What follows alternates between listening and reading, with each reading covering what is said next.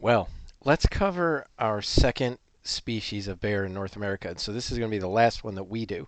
Remember, we're not covering polar bear in this class, but polar bear is a thing and is a bear species all unto itself. So I gave you three ways to tell grizzly bears from black bears in the last presentation, and I'd like to show you two of them here. Please note that I did not take this picture, but this is the iconic view of grizzly bears fishing for salmon. I am so jealous. I'd love to go and do this someday. So the two characteristics that we can see here is that shoulder hump that we talked about. So remember I said that black bears don't have a hump, or that black bears have a rump that's higher than their shoulder. So you can see a distinct hump here, a distinct hump here, and then even this guy with his head stretched out, you can see how muscular that top of that shoulder is right there. It's always a Wednesday for grizzly bears. The other characteristic that I talked about was the steep forehead. And if you look at this guy, you can see him because he's in profile. So have a look. If we were skiing and we started at the ears, we would have a black diamond spot, right? If you're a downhill skier, you know that a black diamond means it's a very steep incline. So that's not the same gradual taper that you get on the black bear. And even on this grizzly bear, even though it's sort of facing us, you can still see that there's a steep drop there. Often to me, a grizzly bear's head looks like a basketball with like a popcorn box stuck to it, like a movie theater popcorn box. Do you understand what I'm saying here? Their snout is so distinctive and just does not blend in with the rest of their head like they would if this was a black bear. The third characteristic is the long claws, and although this isn't the best picture for that, in fact, I didn't select it for that reason. I had other ideas in mind. You can still see big long claws here on this guy. There's the hump, and then there is that steep drop right there that really sets a grizzly bear apart from a black bear. Cool. Please notice the color difference. Let me go back one slide and show you. Look how brown these guys are. Look how much gray or grizzled this one looks. So far we've seen a hoary bat and a hoary marmot. I am often surprised that this is not called the hoary bear. Now, this used to lead me to a blog, and it's since defunct, thank goodness, because it was kind of full of misinformation. And one of the things that they had done on this blog was published a DEC press release. So the Department of Environmental Conservation here in New York State put out a press release every spring, and it says, hey, bear activity is increasing, coyotes are having pups. Here's some ways to stay safe around those animals. So they publish the DEC's press release, and then they took it upon themselves to add this photo to it on their blog. Who sees a problem? Good. Who sees two problems? Excellent, because we are not looking at a black bear and a coyote. We're looking at a grizzly bear and a wolf. So they got both of them wrong. But who do you think would get blamed for that? Well, the people, and I'm trying to highlight it here so you can see the blog used to be wnytrails.com, and the picture is labeled as coyote and bear. These guys added the photo to it, not the DEC, but the DEC would take the blame for it because it's associated with their press release. What makes that a wolf? Well, that big broad, hey, stop that. That big broad face. What makes this a grizzly bear? I think we can see all three of the characteristics. There's the big long claws, there's the steep forehead, and then I guess I'm imagining that hump in the back with the posture that this animal's at. Hey, this is a continual and ongoing problem with news outlets not necessarily knowing what they're talking about. Check this out, for example. So this was just, I know it says 6 hours ago, but I pasted this a few days ago. Have a look at, sorry, let's get rid of those red lines. Have a look at the article, Pennsylvania State Game Commission approves changes for the 2020 hunting season, and then look at what somebody added here.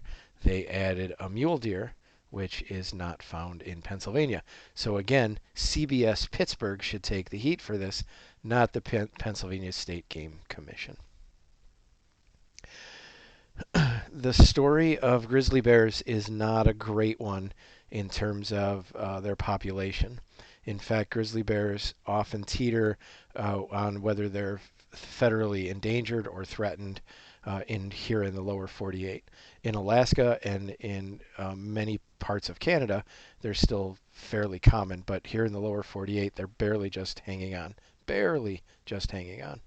Here's the historic range. You can see that grizzlies were never an eastern species, and I did talk to you about them evolving here in the plains, where there were no trees for them to use to shelter their cubs, so they are much more of an aggressive species in defense of their cubs than black bears are. I do also want to point out, although I wouldn't test you on this, that this is the same species that is also found in Asia and some parts of Europe still. So this brown bear, which is what they call it in all of these regions, if you look at this map, it looks like it's super far away, but you know that Alaska and Russia are actually pretty close together here. So that's the connection, and they've been able to come all the way across. They used to exist in all of Europe and even in the northern tip of Africa, which is pretty cool. Now they're found in just a small portion of their range here in Europe, and one of the places that they're found in very small numbers is Norway. Our family took a vacation to Norway one year specifically on the hunt for European wildlife, including brown bears. We never did see brown bears, but we came close. We found brown bear tracks, and I don't know how well you can see these. These were in soft sand, so we're not expecting them to show all the details. But here's a front, and here's a hind, and maybe if I outline this heel print, you can see the heel there. If I get rid of it, watch. Do you still see the heel there? Cool. And then the bear had also left some other marks. We found where it had bit a tree, and you can see the insertion of the two canines, and then the animal pulls away and literally pulls a chunk of wood right off. I am convinced that some of this is visual, but then there was hair on the stubs of these here, so obviously the bear was also rubbing on the tree as well, just like that black bear was in the last video. I have seen grizzly bears in the wild, though. I've seen them both in Alaska and in Yellowstone, and I would like to share a little story with you here. Can you see the grizzly bear in the picture? This is my first grizzly bear picture ever. You're welcome. And this was in Alaska, and my wife and I left the bus.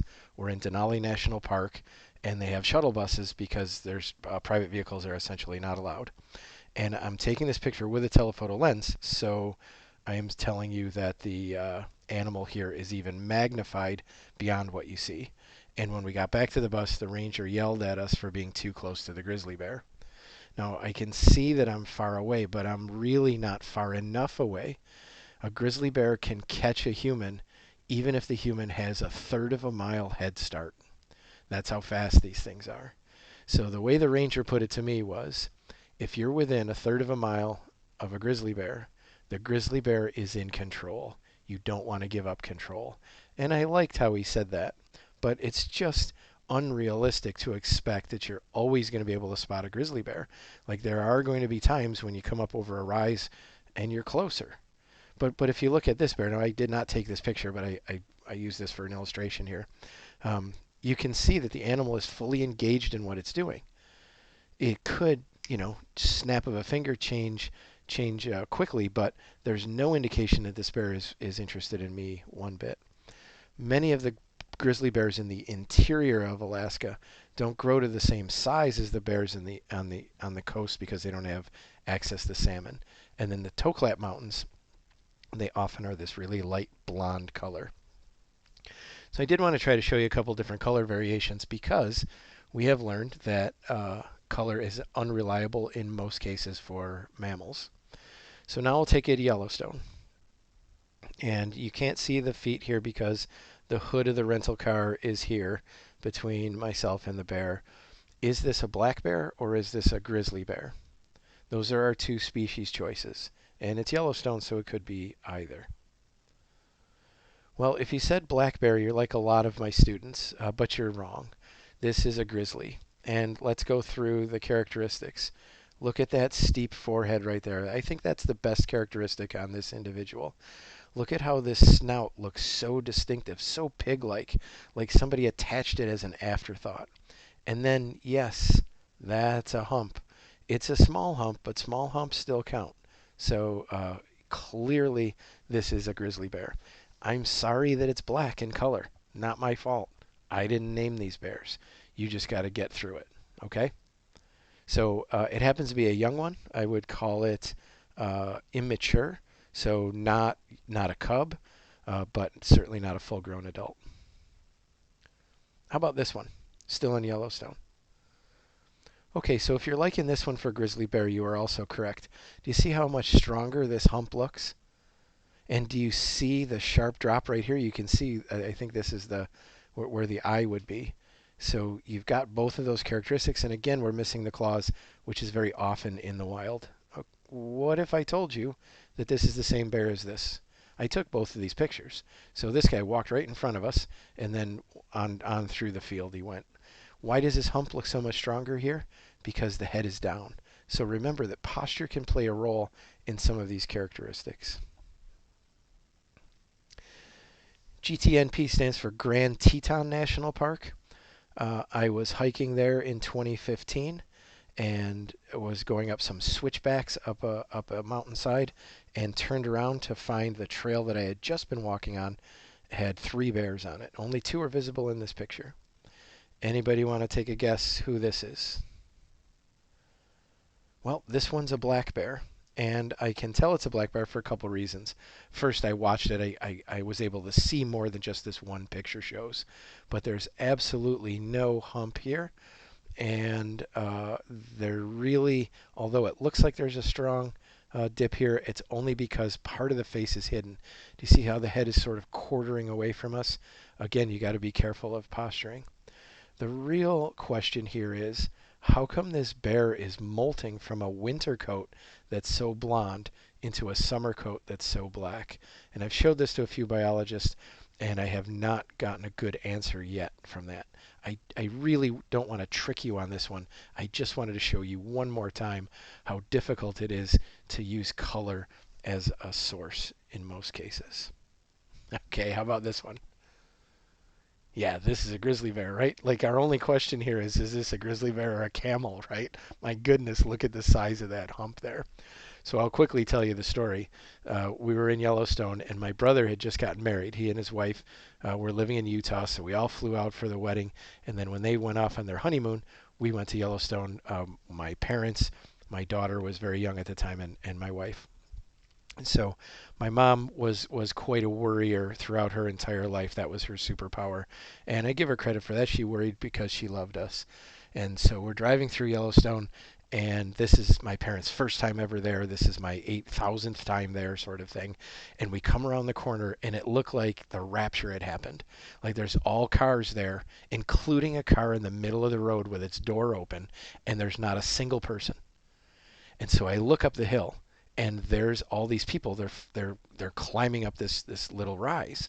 So obviously some animal had just come through, and it was cool enough that everybody's following it. So my dad pulls the car over, excuse me, and I say, "Everybody, just stay here for a second. I'll just pop up and see what it is." So I climb up the rise, and there's already about 15 people up there, and there's this grizzly bear. So I snap this picture, and I turn around, and I look down, and my mom literally is standing down there. And you know how they use the expression, like, you're so worried you're wringing your hands? She's literally used to do that. So she's rubbing her hands together, and she looks at me, and in a very nervous voice, she says, What is it?" And I said, "It's a bear." I'm trying to kind of whisper. "It's a bear. It's a grizzly bear." And she looks and she says, "Are you safe?" And I look at the obviously out of shape woman next to me and I said, "Yes." Because as the old joke goes, I don't have to outrun the bear. I just have to outrun one of you people.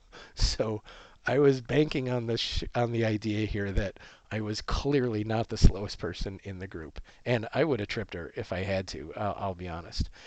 You know, this bear looks like he's got an extra huge hump, partly because he's wearing a radio collar. So the radio collar is sort of compressing his fur here, and that really accentuates that hump. That's why this is here. But it's a nice big male, so that's part of the reason for the hump as well. This is the best grizzly bear claw picture that I have. like I said, often when you're looking at bears in the wild, you're not able to see the feet clearly. So I'm at the Cabela's down in Harrisburg, Pennsylvania, and I took this picture just so you could have a chance to see how big those claws are. So I want you to take a look at your fingers right now. Go ahead, nobody's watching. Just casually look down, look at your fingers. That's about the length of grizzly bear claws. And their front claws are bigger than their back claws because they're using them for digging. So that's the whole purpose of those big claws. And I do want to say that I feel like I put my money where my mouth is here. Like I tell people, don't worry so much about bears. And when we had a daughter, we didn't stop vacationing in places that had mountain lions and grizzly bears. We just took extra precautions. My wife's a teacher also. This is Danica. We're up in Canada, and I can't remember how old she is in here, 6 years old, maybe, let's just say. And I'm trying every place that I possibly can to give her some education on why we're doing what we're doing. So we're in the visitor center, and I tell her, "Oh, put your hand right inside this." So this is a mark that a grizzly bear would make. This is an imprint of what their feet look like. Look how big he is. Look how big his claws are. Put your finger in there. Feel how long his claws are. This is a big animal with big claws. We got to be careful. And then I would go on to tell her what to be careful about. We'd get to a trailhead, and she was a smart kid, but she's still too young to read in this picture. So I'd have her look at the scary, I don't know what in the heck, grizzly bear slash Wolverine type creature that's in this picture. And I would tell her, okay, I want you to look at this guy, and I'm going to read you some of the rules here that they're going to tell you. They want us to be careful because this guy lives here, and we don't want any trouble. We'll be fine. We'll just be on our hike.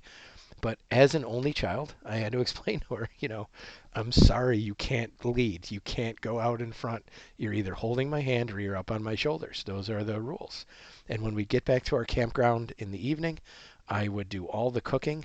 And when I was done, the clothes I cooked in, I had a set of cooking clothes. I would pack those in with the food and the stove. And of course, if we're front country camping, like in a regular campground, you've got a bear locker to put all that in. And when we were in the back country, we would have our tent in one place. We'd have our cooking station in a second place. And I would store our food and my smelly clothes in a third place. So anything that we could do to just maximize the chances that we wouldn't get injured by bears. Make sense? The only real way to never get attacked by a bear is don't live in a place where there's bears. And so you've done the most important part of that. You live in a place where there's black bears and not grizzlies. So kudos to you for being born in New York State or moving here. But we maximized our chances. And even with that, there's times when things can possibly go wrong.